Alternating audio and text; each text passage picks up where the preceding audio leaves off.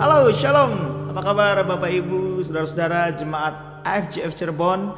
Saya bersyukur sekali kalau hari ini boleh bersama-sama dengan saudara kita memuji dan menyembah Tuhan. Saya Bobby Febian. Saya ingin mengajak kita semua dimanapun Anda berada hari ini, mari kita bawa penyembahan kita yang terbaik kepada Tuhan. Mari kita masuk dalam hadirat-Nya dengan sukacita, dengan ucapan syukur.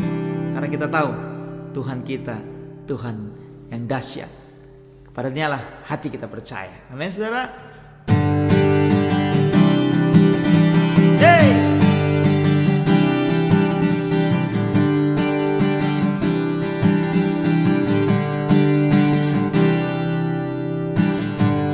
Tuhanlah kekuatan dan mazmurku, ya gunung batu dan keselamatanku. Hanya padamu hatiku percaya, Kaulah benaran dan kota perlindungan. Ku mau selalu bersyukur sebab cintamu padaku takkan pernah berubah. Hatiku percaya walau bumi bergoncang, gunung-gunung beranjak, namun kasih setiamu tak pergi dariku. Oh, oh.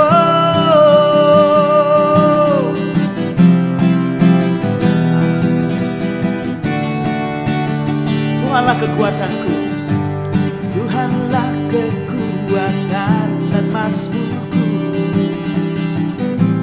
ya gunung batu dan keselamatanmu. Hanya padamu hatiku percaya, Kaulah benaran dan kota perlindungan. Oh, oh, oh, oh.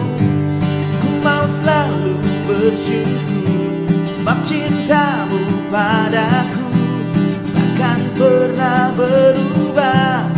Hatiku percaya walau bumi bergoncang, gunung-gunung beranjak, namun kasih setiamu tak pergi dariku.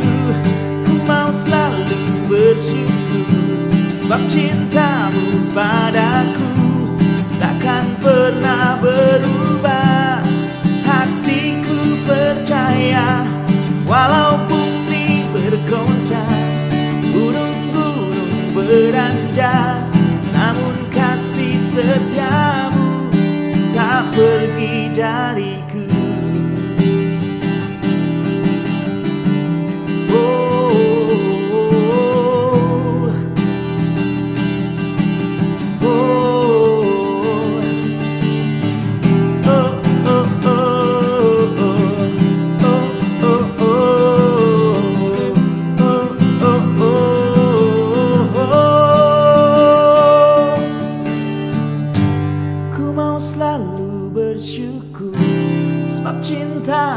Padaku takkan pernah berubah. Sewa hatiku percaya walau bumi bergoncang, gunung-gunung beranjak, namun kasih setiamu tak pergi dariku.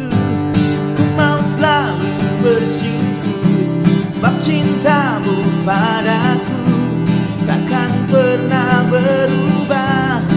Hatiku percaya walau bumi bergoncang, gunung-gunung beranjak, namun kasih setiamu tak pergi dariku. Kasih setiamu tak pergi dariku. Kasih setiamu tak pergi dariku. Oh, oh.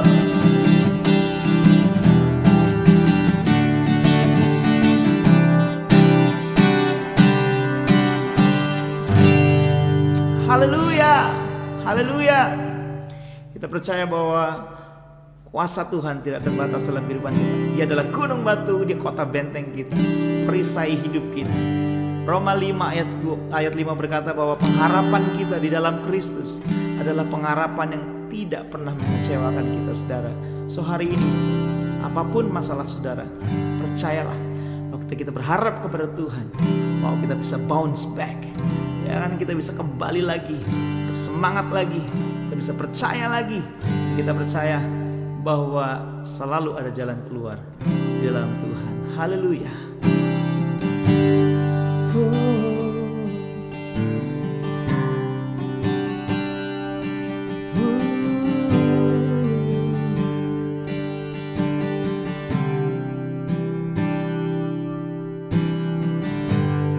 Engkaulah perisaiku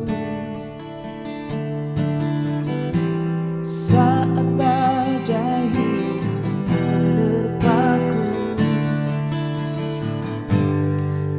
Janjimu di dalamku, pulihkan jiwaku. Ku kan berdiri di tengah badai dengan kekuatan yang kau berikan. Sampai kapanpun ku kan bertahan, karena Yesus selalu menopang hidupku. Oh,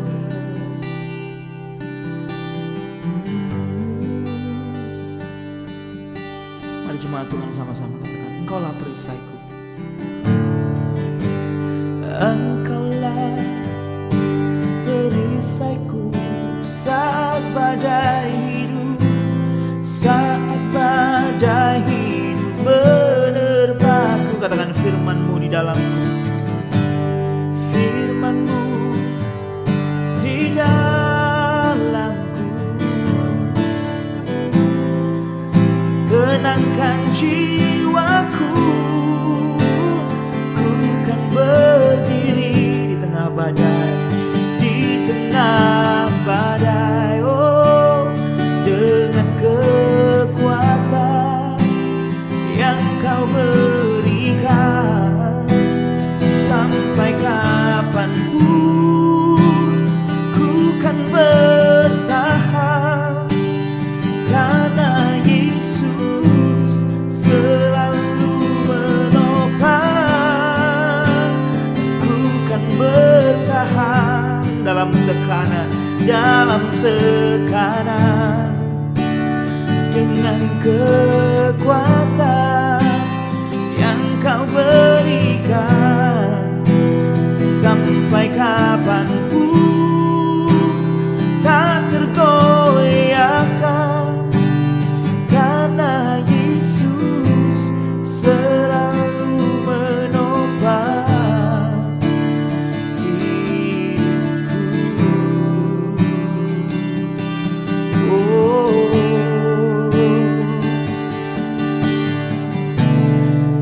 karena Yesus menopangku, ku tak takut, ku tak gentar, ku takkan berhenti ayat 1. Saudara-saudaraku yang kekasih, karena kita sekarang memiliki janji-janji itu, marilah kita menyucikan diri dari semua pencemaran jasmani dan rohani, dan dengan demikian menyempurnakan kekudusan kita dalam taat Allah. Mari kita berdoa. Allah Bapa kami dalam kerajaan surga, Bapa, kalau pada hari ini kami berdoa untuk keamanan dan kesatuan bangsa kami dari Sabang hingga Merauke, menjauhkan bangsa kami dari oknum-oknum, dari roh jahat dan penguasa jahat yang akan memecah belahkan bangsa kami. Di dalam nama Tuhan Yesus kami ikat, kami tangkap Biarlah penyertaan-Mu dan sejahtera-Mu nyata untuk bangsa kami. Kami juga berdoa Bapa untuk pelayan-pelayan-Mu di gereja ini Bapa, Engkau yang memberikan hati untuk mau melayani, memberikan satu kesatuan hati, memberikan hikmat-Mu dalam setiap pelayanan kami. Kami juga berdoa untuk Eunika, anak dari Pak Budi Bapa, yang akan melanjutkan perkuliahannya di Jepang Bapa. Engkau memberikan kesehatan, kekuatan untuk dirinya dalam masa karantina dan perkuliahannya. Dan kami mengucap syukur Bapa untuk jemaat-jemaat-Mu yang berulang tahun dan anniversary di bulan Mei Bapa. Engkau menambahkan 1 tahun lagi Bapa. Engkau kiranya menambahkan hikmat-Mu, menambahkan iman, percaya dan pengharapannya akan Engkau lebih lagi untuk mereka. Dan Tuhan, kami juga berdoa Bapa, kami akan memasuki bulan baru, bulan Juni Bapa. Kiranya perlindungan-Mu, penyertaan-Mu Bapa nyata untuk setiap kehidupan kami Bapa. Dan kami juga berdoa untuk jemaat baru yang Kau percayakan di FGF Kids Cirebon ini Bapa. Kiranya Bapa Engkau memberikan kerinduan Bapa untuk mengenalan akan Engkau lebih-lebih lagi, berikan hikmat dan pengharapannya hanya di dalam-Mu saja Bapa. Inilah doa dan permohonan kami di dalam nama Tuhan Yesus Kristus. Haleluya. Amin. Mau raih kasih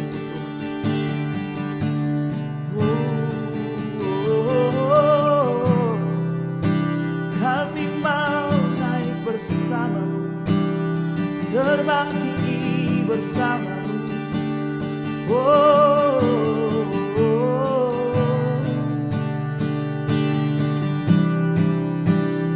Ku kan berdiri di tengah badai dengan kekuatan yang Kau berikan. Sampai kapanpun ku kan bertahan, karena Yesus selalu menopang.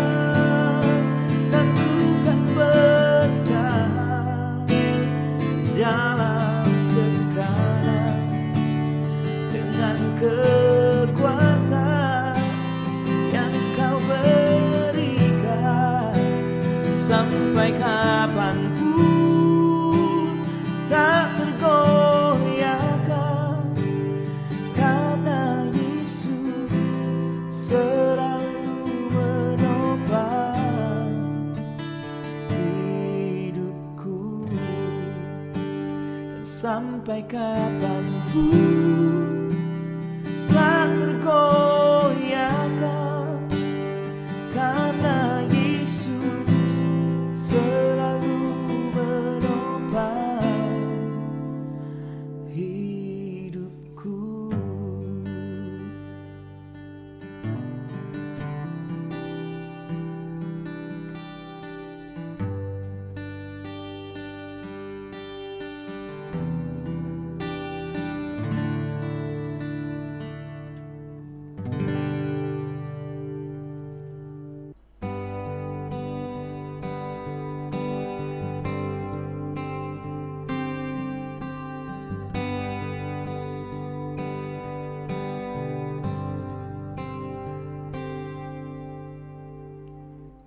Setiap musim hidupku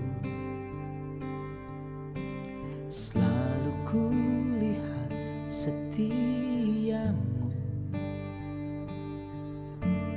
melewati badai yang besar.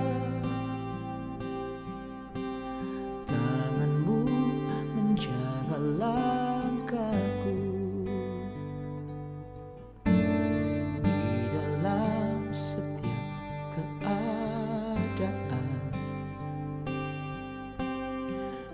Kau mendengar seruanku.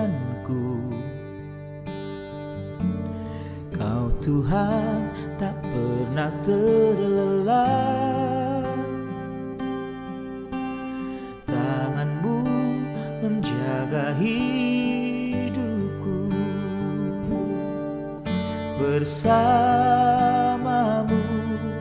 ya Tuhan. Aku sanggup berjalan dengan sayapmu, ku kan terbang tinggi melewati semua persoalan.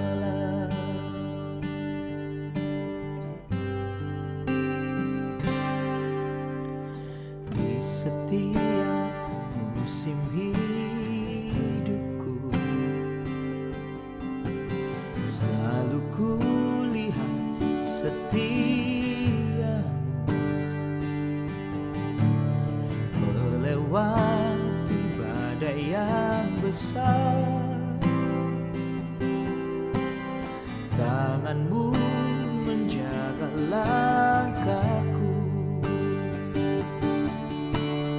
di dalam setiap keadaan.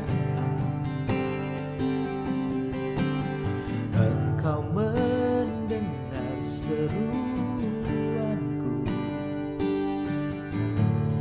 Kau Tuhan tak pernah terlelah. Tanganmu menjaga hidupku, bersamamu ya Tuhan. Aku sanggup berjalan dengan sayapmu, ku kan terbang tinggi melewati semua persoalan. Bersamamu ya Tuhan, aku sanggup berjalan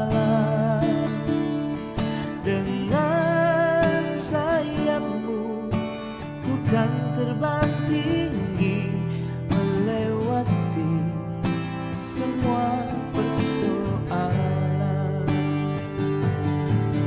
Dengan sayapmu, ku kan terbang tinggi melewati semua persoalan. Tenang, sekali lagi sama-sama. Dengan sayapmu, ku kan terbang tinggi melewati semua persoalan.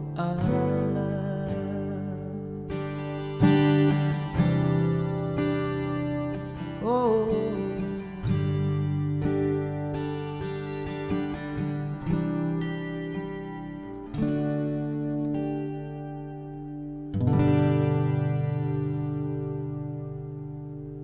amin.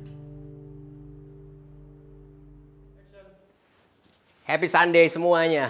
Saya percaya bahwa kita hari-hari ini akan diberkati lebih dahsyat lagi. Dan hari ini yang berbicara tidak orang yang asing. Kita tahu salah satu leader kita waktu-waktu ini akan berbicara untuk kita. Let's welcome Ko Krisnawan untuk bisa membagikan firman Tuhan. Let's welcome Ko Krisnawan. Selamat pagi Bapak Ibu.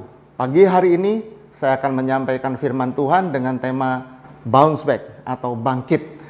Saudara, sebelum saya sampaikan firman Tuhan, mari kita berdoa terlebih dahulu. Bapa di surga, terima kasih untuk pagi hari ini. Kami percaya Engkau sudah ada di tengah-tengah kami.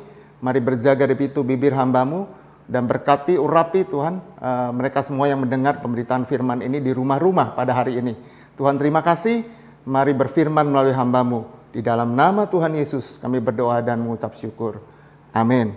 Bapak Ibu yang terkasih, pagi hari ini kalau saudara perhatikan ya, kita berada dalam tema bounce back atau bangkit ya.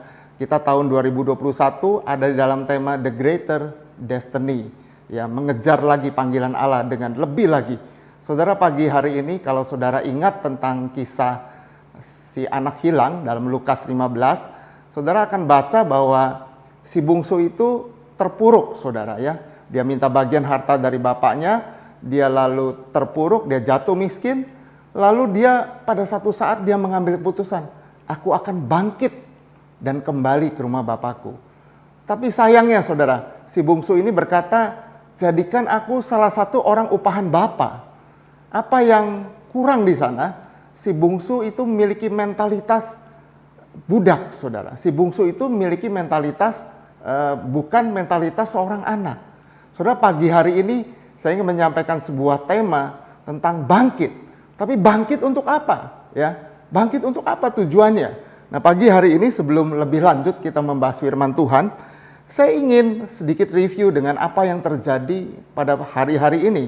Ya, hari-hari ini kalau saudara perhatikan, ya, di sini ada pertanyaan-pertanyaan, saudara, ya, pertanyaan-pertanyaan yang pada umumnya orang-orang menanyakan pada kita semua, apakah kehidupan akan kembali normal? Jawabannya adalah tidak, ya. Apakah cara kita menjalankan gereja akan sama? Jawabannya adalah berbeda, ya. Lalu bagaimana dengan virus, ya, COVID-19? Ya, hari-hari ini kita tahu semua bersukacita ketika banyak dari kita sudah mendapatkan vaksin, lalu kita pikir bahwa corona akan segera berakhir. Tapi tidak lama kemudian India kembali terpapar oleh pandemi itu dengan lebih hebat, bahkan dengan strain virus yang baru, ya. Kapan ini berakhir? Kita tidak pernah tahu, saudara. Bahkan ekonomi selanjutnya, kapan ekonomi akan pulih? Kita juga tidak tahu jawabannya. Nah, hari-hari ini kita hanya bisa membuat sebuah antisipasi, ya, antisipasi tentang ketidakpastian. Ya, hari-hari ini terjadi sesuatu yang tidak dapat diramalkan oleh banyak orang, saudara. Kita hanya bisa membuat sebuah perkiraan saja, ramalan, prediksi, antisipasi untuk menghadapi ketidakpastian yang ada di depan.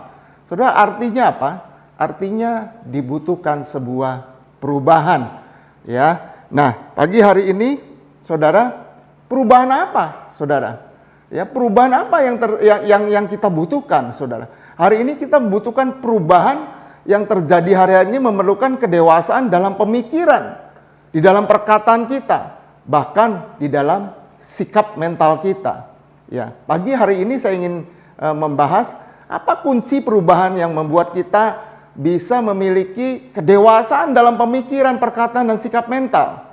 Pagi hari ini saya mau katakan, kedewasaan adalah kunci utama menghadapi perubahan. Apa, saudara? Katakan bersama-sama. Kedewasaan adalah kunci utama menghadapi perubahan. Saudara, kalau saudara baca dalam Roma 12 ayat 2, dikatakan oleh firman Tuhan sebagai berikut. Janganlah kamu menjadi serupa dengan dunia ini, tetapi berubahlah oleh pembaharuan budimu. Atau dalam bahasa aslinya dikatakan oleh pembaharuan pikiran. Sehingga engkau dapat mengetahui kehendak Allah, apa yang baik, yang berkenan, dan yang sempurna. Saudara, hari-hari ini saudara membutuhkan sekali pembaharuan pikiran. Saudara membutuhkan sekali bagaimana pembaharuan pikiran ini bisa membuat mengalami proses perubahan pola pikir. Saudara, pagi hari ini saya ingin katakan, saudara dan saya menghadapi ketidakpastian. Saudara, kita membutuhkan sebuah perubahan. Saudara, saya ingin saudara kita belajar bersama-sama tentang prinsip kerajaan Allah, ya, sesuatu yang membuat kedewasaan kita akan bertumbuh. Saudara, kerajaan Allah bekerja dengan prinsip benih. Saudara bisa baca dalam Markus 4 ayat 26 sampai 29, ya, bagaimana benih ini ditanam, lalu orang tidak bisa tahu kapan benih ini bisa tumbuh. Ya, lalu dalam Yohanes 12 ayat 24, saya ingat ayat ini berkata bahwa jikalau biji gandum tidak jatuh ke dalam tanah dan mati, ia tetap satu biji saja. Tetapi jikalau ia mati, ia akan berbuah banyak. Saudara, dari prinsip benih di dalam kerajaan Allah, saya mau katakan bahwa prosesnya jauh lebih penting dari hasilnya. Apa, saudara? Prosesnya jauh lebih penting dari hasilnya. Hasilnya datang dengan sendirinya kalau melalui proses yang benar. Saudara, tetapi sayangnya pada hari-hari ini kita menghadapi banyak hambatan, ya. Fokus kebanyakan orang pada masalahnya. Tadi saya katakan di awal bahwa hari-hari ini kita menghadapi tantangan tidak ringan. Dengan adanya virus ini, apakah kehidupan akan kembali normal? Jawabannya adalah tidak. Dan hari-hari ini, fokus kebanyakan orang adalah pada masalahnya, pada ketidakpastian. Tetapi kita sebagai anak-anak Tuhan, kita memiliki sebuah pegangan di mana kita memiliki kepastian, yaitu kepastian di dalam Tuhan. Dan pagi hari ini, saudara, yang kedua adalah sikap kekanak-kanakan. Sikap kekanak-kanakan adalah menjadi faktor penghambat, salah satu faktor penghambat di mana kita bisa bertumbuh di dalam kedewasaan. Saudara, kedewasaan adalah perubahan sikap mental. Kedewasaan adalah menghasilkan buah. Kedewasaan membuat kita menjadi maksimal, saudara. Kedewasaan seseorang adalah hasil dari sebuah pembentukan, saudara. Tidak ada penderitaan dan tekanan adalah bagian penting dari pembentukan hidup kita untuk menemukan, mengikuti, dan menggenapi kehendak Allah dalam hidup kita. For a greater destiny. Saudara, tidak ada kemuliaan tanpa penghancuran. Tidak ada jalan pintas untuk itu. Saudara, kalaupun ada, saudara, saya mau katakan, itu artinya karbitan, saudara. Ya, artinya apa? Kalau ada, itu namanya dikarbit. Tahu artinya dikarbit? Pernah makan buah yang dikarbit? Saudara, rasanya tidak enak sekali. Ya, oke. Pagi hari ini, mari kita belajar sebuah prinsip, saudara. Bagaimana kita menjadi dewasa ya dalam menghadapi perubahan-perubahan pada hari ini. Saudara, kedewasaan adalah apa, saudara? Kunci utama menghadapi perubahan. Kita akan ambil dari Ibrani 5 ayat 12 sampai dengan 14. Saya akan bacakan untuk saudara. Sebab sekalipun kamu ditinjau dari sudut waktu, sudah seharusnya menjadi pengajar, kamu masih perlu lagi diajarkan asas-asas pokok dari pernyataan Allah. Dan kamu masih memerlukan susu, bukan makanan keras. Ayat 13, sebab barang siapa masih memerlukan susu, ia tidak memahami ajaran tentang kebenaran, sebab ia adalah anak kecil. Tetapi makanan keras adalah untuk orang-orang dewasa, yang karena mempunyai panca indera yang terlatih untuk membedakan yang baik daripada yang jahat. Saudara, saya ulangi dalam Ibrani 5 ayat 12 dikatakan apa, saudara? Sebab sekalipun kamu ditinjau dari sudut waktu, sudah seharusnya menjadi pengajar. Saudara, hari ini saya tidak akan membahas tentang karunia-karunia, ya. Tetapi saya ingat kejadian beberapa tahun yang lalu, ya, pada waktu usia saya masih 20-an. Satu hari saya ikut dalam sebuah event, saudara, event yang cukup besar, ya. Di sana 2 malam, saudara, sekitar tahun 90 atau 91. Lalu bukan kebetulan saya hari itu menjadi asyir, ya, saya berdiri di sana. Lalu beliau, hamba Tuhan yang menyampaikan firman, tiba-tiba lewat di depan saya, lalu dia menepuk saya, dan saya katakan, young man, katanya, pulang, tolong kontak saya ya, katanya. Nanti kalau saya sudah 1 jam, tepuk pundak saya, katanya. Ditunggu oleh mahasiswa. Saudara, lalu pertanyaan kedua yang membuat saya ketawa adalah, lalu dia tanya begini, berapa tahun kamu sudah bertobat? Ya, saya bilang 1 tahun, Kak. Bagus, masih bisa diubah, katanya gitu. Saudara, itu sekedar kenangan saya, ya, kenangan saya. Tetapi saya ingin katakan bahwa dikatakan sudah waktunya kamu menjadi pengajar. Ya, artinya sudah waktunya kamu melakukan banyak hal untuk Tuhan, saudara. Tapi kamu masih memerlukan susu, bukan makanan keras. Katakan bersama saya, susu, bukan makanan keras. Lalu ayat 13 dikatakan, sebab barang siapa masih memerlukan susu, ia tidak memahami ajaran tentang kebenaran. Sebab ia adalah apa, saudara? Anak kecil, saudara. Susu identik dengan anak kecil. Tetapi makanan keras adalah untuk orang-orang yang dewasa, yang karena mempunyai panca indera yang terlatih untuk membedakan yang baik daripada yang jahat. Saudara, susu atau makanan keras. Saudara, susu diminum oleh siapa? Anak kecil, ya. Susu diminum oleh anak kecil. Tetapi makanan keras dimakan oleh orang dewasa. Saudara, susu tidak memerlukan proses, ya. Prosesnya ada dalam perut, dalam pencernaan saudara. Tetapi pada saat kita minum susu, tidak perlu proses. Saudara cukup ambil gelas lalu minum. Ya, bahkan anak kecil pakai dot. Ya. Itu pun saudara, saya punya anak yang terakhir, yang bungsu. Dia pada saat kecil, dia lahir prematur. Saudara, dia minum susu untuk 50 cc saja. Kadang-kadang tertidur. Kami perlu ketuk-ketuk botolnya supaya dia segera minum susunya. Saudara, anak kecil memerlukan susu, tetapi orang dewasa memerlukan makanan keras.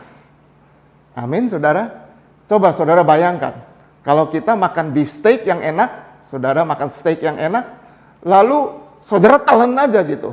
Yang terjadi apa, saudara? Kita bisa mati, saudara, karena kehabisan nafas karena makan daging yang utuh. Tetapi untuk menikmati steak yang enak, saudara harus mengunyah. Betul? Saudara harus melakukan kunyahan. Justru saudara bisa merasakan steak yang enak ketika saudara mengunyah. Saudara, firman Tuhan memerlukan proses. Memerlukan dicerna dengan baik, saudara. Artinya apa? Artinya firman Tuhan memerlukan perenungan. Saudara, Mazmur 1 ayat 1 sampai 3 dikatakan di situ, berbahagialah orang yang tidak berjalan di dalam nasihat orang fasik, yang tidak berdiri di jalan orang berdosa, yang tidak duduk dalam kumpulan pencemooh, tetapi yang kesukanya ialah Taurat Tuhan dan merenungkannya siang dan malam. Ia seperti pohon yang ditanam di tepi aliran air, yang berbuah pada musimnya, yang tidak layu daunnya, apa saja yang diperbuatnya berhasil, saudara. Ya. Lalu Yosua 1 ayat 8 dikatakan, janganlah engkau lupa memperkatakan kitab Taurat ini, tetapi renungkanlah itu siang dan malam, supaya engkau bertindak hati-hati sesuai dengan apa yang tertulis di dalamnya, dan sehingga perjalananmu akan berhasil dan engkau akan beruntung. Ya, di situ ada kata kuncinya adalah perenungan, saudara. Ya, setiap kita perlu merenungkan firman Tuhan. Ya, saudara, perenungan di dalam bahasa aslinya itu dikatakan seperti menggumam, saudara. Ya, seperti orang yang menggumam. Ya. Berbahagialah orang yang tidak berjalan di dalam nasihat orang fasik, yang tidak berdiri di dalam jalan orang berdosa, yang tidak duduk dalam kumpulan pencemooh, tetapi yang kesukaannya ialah Taurat Tuhan. Saya perkatakan dengan pelan-pelan, saudara, itulah perenungan. Perenungan perlu proses. Perenungan perlu mengolah terlebih dahulu. Saudara, pagi hari ini, saudara, saya percaya saudara tidak mau jadi anak kecil terus. Saudara perlu ada proses pendewasaan, saudara. Saudara perlu ada proses bagaimana seseorang menjadi dewasa, ya, punya sikap mental yang baik, akan berbuah, saudara, dikatakan, ya. Dan itu dimulai dari perubahan pola pikir, saudara. Saudara, tadi di depan saya katakan bahwa dalam Roma 12 ayat 2 dikatakan, ya, perubahan pola pikir itu punya akar kata metamorfo, ya, atau metamorfosis. Artinya apa, saudara? Artinya perlu sebuah proses, saudara. Saya ambil contoh ulat, saudara. Ulat itu memiliki sebuah proses dari ulat menjadi kepompong, lalu dari kepompong menjadi kupu-kupu, saudara. Prosesnya itu yang disebut metamorfosis, saudara. Artinya apa? Artinya, saudara, seseorang menjadi dewasa perlu melalui sebuah proses, saudara. Proses yang pertama adalah perubahan pola pikir. Ya, Amsal 23 ayat 7 dikatakan, sebagaimana orang berpikir tentang dirinya, demikianlah ia. Saudara, menjadi dewasa artinya saudara perlu melakukan perenungan firman Tuhan. Saudara, tidak ada pilihan lain, saudara perlu melakukan perenungan itu. Saudara, beberapa tahun yang lalu, saya pernah baca satu buku, judulnya kalau tidak salah Kristen Domba, saudara. Di situ dikatakan, ya, seekor domba, dia kalau makan, saudara, dia perlu melakukan pencernaan, ya. Rumput yang dia makan itu, saudara, ya, itu proses pencernaan. Saya yakin saudara nggak mau, saudara, ya, menjijikan sekali kalau kita makan bekas orang gitu. Tetapi yang hari-hari ini terjadi, ya, orang begitu gampang sekali. Ya, orang hanya sekedar pengen minum susu. Saudara, tidak ada jalan pintas untuk kita menjadi dewasa. Karena kerajaan Allah memiliki prinsip benih, di mana saudara perlu mengalami sebuah pertumbuhan. Saudara, pagi hari ini saya ingin ambil sebuah contoh dari tokoh Alkitab yang sangat luar biasa sekali, yang saya sangat kagumi. Saudara mungkin tahu namanya Musa, saudara. Ya, Musa ini adalah orang yang sangat luar biasa. Alkitab katakan dia orang yang bertemu muka dengan muka bersama Tuhan. Dia orang yang berbicara berdua seperti seorang sahabat bersama Tuhan. Saudara, menarik sekali bahwa Musa ini sepanjang hidupnya mengejar panggilan Tuhan dalam hidupnya. Sepanjang hidup Musa, dia mengejar destininya. Dan pagi hari ini, saudara, saya ingin katakan bahwa Musa punya 3 periode hidup. Saudara, dari usia 0 sampai 40 tahun, itu disebut masa persiapan. Lalu dari usia 41 sampai 80 tahun, itu masa pembentukan. Lalu dari usia 81 sampai 120 tahun, masa penggenapan. Saudara, apa yang terjadi di dalam hidup Musa selama masa persiapan? Saudara, kita semua tahu tentang perjalanan hidup Musa. Dari usia 0 sampai 40 tahun, pada masa itu, saudara, terjadi pembunuhan bayi-bayi orang Ibrani, saudara. Oleh sebab itu, Musa ketika dia sudah berusia 3 bulan, lalu dia dibuang di atas sungai, ya, di atas sebuah tempat gitu, saudara, ya. Lalu dialirkan, lalu singkat cerita Musa dididik oleh putri Firaun di dalam kerajaan Mesir. Saudara, itu adalah sebuah masa persiapan. Musa dididik dengan luar biasa di dalam kerajaan Mesir, dididik dengan kondisi yang sangat luar biasa, dengan hikmat orang Mesir, dengan ilmu militer Mesir barangkali, saudara, ya. Di situ Musa sedang dipersiapkan secara skill, saudara. Skillnya dipersiapkan, kemampuannya dipersiapkan untuk memimpin orang Israel keluar dari Mesir. Saudara, apa yang terjadi dengan Musa? Ada sebuah pertanyaan. Pertanyaan adalah, apakah Musa tahu panggilannya? Apakah Musa mengerti panggilan Tuhan dalam hidupnya? Ya. Jawabannya apa, saudara? Musa tahu. Dari mana Musa tahu?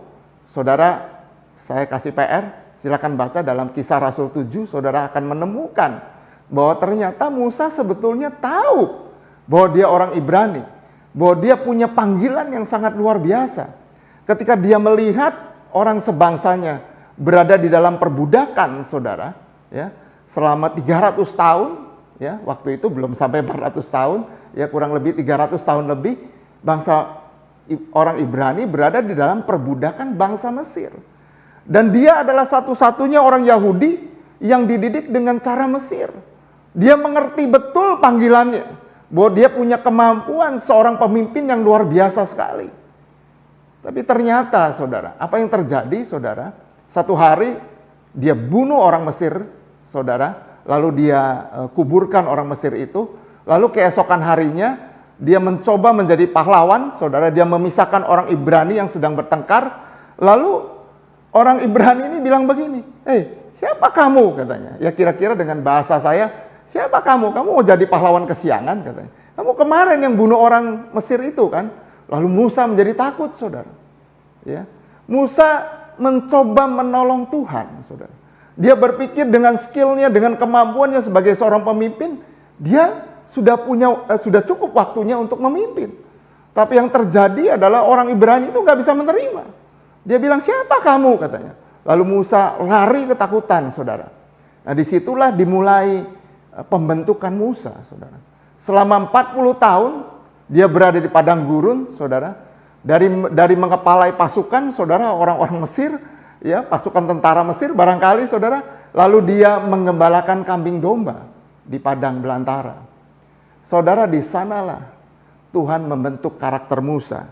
Di sanalah Musa harus mengalami penderitaan dan kesukaran. Saudara, tadi di awal saya katakan penderitaan dan kesukaran membentuk kita untuk bisa menemukan, untuk bisa mengikuti, untuk bisa menggenapi panggilan Allah dalam hidup kita. Di sanalah Musa, saudara, ketika usianya kurang lebih 80 tahun, satu hari dia sedang ada di menggembalakan kambing domba, lalu dia melihat semak belukar yang terbakar.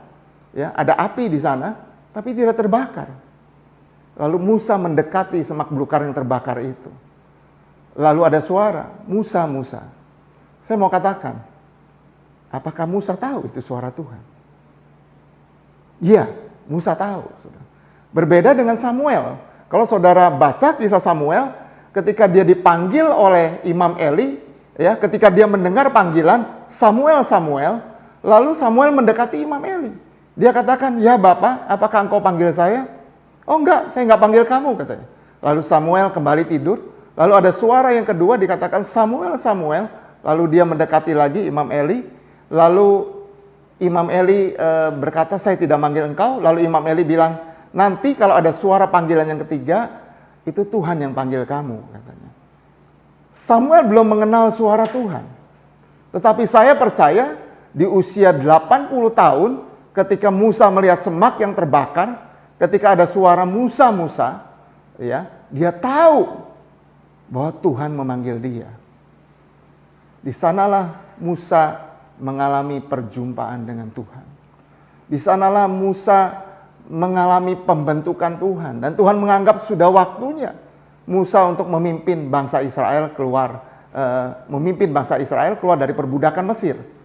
Lalu saudara, dari usia 81 sampai 120 tahun, Musa menggenapi panggilannya. Apa panggilan Musa, saudara? Panggilan Musa adalah untuk memimpin bangsa Israel keluar dari perbudakan Mesir selama 400 tahun. Saudara, apa yang terjadi dengan Musa, saudara? Ya, saudara, luar biasa sekali, saudara. Ketika saya baca tentang Musa ini, Musa mengalami satu hal yang sangat luar biasa dalam perjalanannya. Banyak orang menafsirkan bahwa menganggap bahwa Musa gagal memasuki tanah perjanjian yang berlimpah susu dan madunya. Banyak orang berpikir bahwa Musa gagal. Saudara, tapi saya mau katakan Musa tidak gagal. Ya. Saudara, lalu mereka katakan bahwa ketika itu Musa marah, ya saudara, dia nggak mengetukkan tongkat, tapi dia membanting tongkat itu sehingga keluar air, saudara. Ya, tapi pada saat itu saya percaya, saudara, bukan cuma Musa yang jengkel terhadap bangsa Israel yang tegar tengkuk, tetapi Tuhan jauh lebih jengkel, saudara. Saudara, saya ingin saudara menyimak sedikit tentang pernyataan Musa dalam Keluaran 33 ayat 13 sampai 16. Saudara, saya tidak tulis, saudara, ayat itu, saudara, karena ketika saya baca, saya ingin bacakan saudara dengan terjemahan bebas, ya, dengan terjemahan bebas saja. Saudara, saya ambil dari New King James. Kira-kira ayat ini bunyinya demikian, saudara. Ayat Keluaran 33 ayat 13. Sekarang kiranya aku berdoa, katanya, jikalau sekiranya aku mendapatkan kasih karunia di matamu, tunjukkanlah jalanmu. Biarkan aku mengenal engkau, dan biarkan aku menemukan kasih karunia di matamu. Dan ingatlah Tuhan, bahwa bangsa ini adalah umatmu. Saudara, kalau saudara perhatikan di ayat sebelumnya, Tuhan jauh lebih jengkel daripada Musa. Tetapi ketika Musa mengatakan dalam ayat 13, di bagian akhir dikatakan, dan ingatlah Tuhan, ya, pertimbangkanlah Tuhan, bahwa bangsa ini adalah umatmu. Lalu Tuhan berkata, my presence will go with you, and I will give you rest. Saudara, dalam terjemahan Indonesia, kalau kita baca memang agak kurang jelas, ya. Saya ingin katakan bahwa hadiratku akan menyertai engkau, dan aku akan memberikan kamu resting, saudara. Ya, saya nggak akan mengajar prinsip resting, tapi saya ingin katakan, dan saya akan memberikan kamu damai sejahtera. Kira-kira begitu, saudara. Ya. Lalu dia berkata kepada Tuhan, kalau hadiratmu tidak menyertai kami, Tuhan, janganlah bawa kami dari sini. Karena bagaimana orang-orang akan mengatakan tentang tentang rakyatmu, tentang orang-orangmu, tentang Israel. Dan saya bahwa kami mendapatkan kasih karunia di hadapanmu. Kecuali kamu menyertai engkau Tuhan. Kecuali engkau menyertai kami Tuhan. Sehingga dengan apakah kami dibedakan dengan bangsa-bangsa lain di atas muka bumi ini? Saudara, ketika Musa mengatakan dalam Keluaran 13, ayat 13 sampai dengan 15 ini, saudara. Saudara, Tuhan menemukan hatinya Musa. Saudara, Tuhan menemukan kelembutan hatinya Musa. Dia katakan, Tuhan, kalau engkau tidak menyertai kami, saya pakai bahasa sehari-hari, untuk apa Kanaan, saudara? Untuk apa tanah yang berlimpah susu dan madunya? Saya nggak butuh itu, Tuhan. Saya butuh engkau. Sertai kami, Tuhan. Ya, biarkan kami mendekat pada engkau. Saudara, Musa tahu bahwa Tuhan jauh lebih penting daripada Kanaan yang berlimpah susu dan madunya. Saudara, di situ membuktikan bahwa proses, saudara, jauh lebih penting dari hasil. Ketika saudara melalui sebuah proses yang benar, hasilnya akan datang dengan sendirinya. Saudara, apa yang terjadi dengan Musa, saudara? Sampai seorang penyanyi yang terkenal, Don Moon, dia menulis sebuah lagu, dikatakan, if your presence doesn't go with us, katanya. Buat apa Tuhan kami melangkah lebih jauh? Biarkan engkau tetap bersama-sama dengan kami. Saudara, hari ini, saudara, coba renungkan baik-baik, saudara. Saya ingin katakan bahwa ketika di bagian kitab Ulangan, di bagian akhir, Tuhan membawa Musa, saudara. Dia melihat tentang tanah Kanaan. Ya, saya percaya pada saat Tuhan membawa Musa, dia membawa Musa ke dalam alam roh. Ya, Musa melihat dari sini sampai dengan sini, dari sana sampai dengan ke sana. Saudara, demikian luasnya tanah Kanaan yang akan diberikan pada bangsa Israel. Tetapi Tuhan bilang sama Musa bahwa engkau tidak akan masuk ke dalam tanah perjanjian. Saudara, bagi Musa dan bagi Tuhan sendiri, ya, kedekatan dengan Musa jauh lebih penting. Kedekatan dengan Tuhan jauh lebih penting daripada Kanaan, tanah yang berlimpah susu dan madunya. Saudara, hari ini, mari kita renungkan baik-baik. Mari kita renungkan baik-baik tentang Musa ini. Sangat luar biasa sekali. Dan hari-hari ini di tengah ketidakpastian, saudara, saya ingin mengajak saudara melakukan perenungan firman Tuhan lebih lagi. Saudara tidak hanya menerima informasi, ya. Saudara kalau buka HP ini dengan mudah saudara menemukan banyak informasi yang memberikan inspirasi buat saudara, betul kan? Tetapi saya ingin mengajak saudara untuk menemukan sebuah pewahyuan, ya, revelation. Ketika Musa menerima sebuah pewahyuan yang sangat luar biasa, saudara. Musa hidupnya berubah. Saudara, hari ini, mari ini menjadi satu perenungan buat kita semua. Amin. Mari kita berdoa. Bapa, terima kasih buat firman ini. Kami mengucap syukur. Biarkan firman ini boleh menjadi kekuatan bagi kami. Untuk kami boleh bertumbuh di dalam kedewasaan dalam mengenal Engkau. Di dalam nama Tuhan Yesus. Kami berdoa dan mengucap syukur. Yang percaya katakan, amin. Thank you buat firman-Nya. Saya percaya memberkati kita semua. Dan kita diajarkan untuk terus semangat dan kembali. Untuk mau masuk ke dalam rencana Tuhan. Saudara kasih Tuhan, saudara siap untuk menerima berkat? Mari sama-sama kita mengangkat tangan kita. Kita menerima setiap berkat yang Tuhan berikan melalui hamba-Nya. Apabila engkau mendengarkan segala perintah Tuhan Allahmu yang disampaikan oleh hamba-Nya pada hari ini. Segala berkat ini akan datang dan menjadi bagianmu.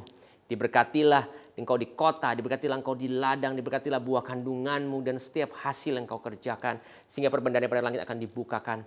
Dan engkau akan diberkati ketika engkau masuk dan ketika engkau keluar. Dan Tuhan akan membiarkan setiap musuh-musuhmu akan terpukul kalah.